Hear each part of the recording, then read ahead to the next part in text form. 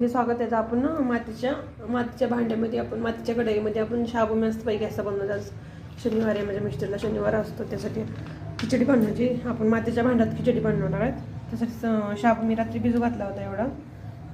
त्यासाठी छोटे छोटे बटाटे कटून घेतले. तर हे 2 हिरव्या मिरच्या कट करून घेतल्यात. चवीपुरतं मीठ, तेल आणि हे शेंगदाणे भाजून घेतलेत. मिक्सर बारीक करून घ्यायचे. तर कढई आपण गरम करायला ठेवू. कढई गरम झाली, त्यात तेल टाकून घेतलं तर आपण हिरवी मिरची टाकून घेऊ. हिरवी मिरची छान असं फ्राय करून घेऊ. तर मिरची फ्राय झाल्यावर बटाटे टाकून घेऊ. बटाटे टाकल्यात त्याचं थोडंसं मीठ टाकायचं, त्यानंतर बटाटे उकडून घ्यायचं पाण्याने. तर 10 मिनिटाचं झाकून ठेवतो.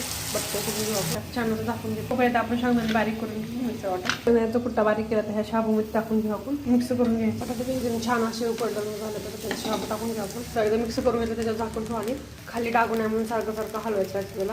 बघा एकदम छान असं साहेबाची खिचडी मातीच्या भांड्यात पण होती. छान आहे एकदम. आवडते. लाईक करा, शेअर करा, सबस्क्राईब करा. बाय.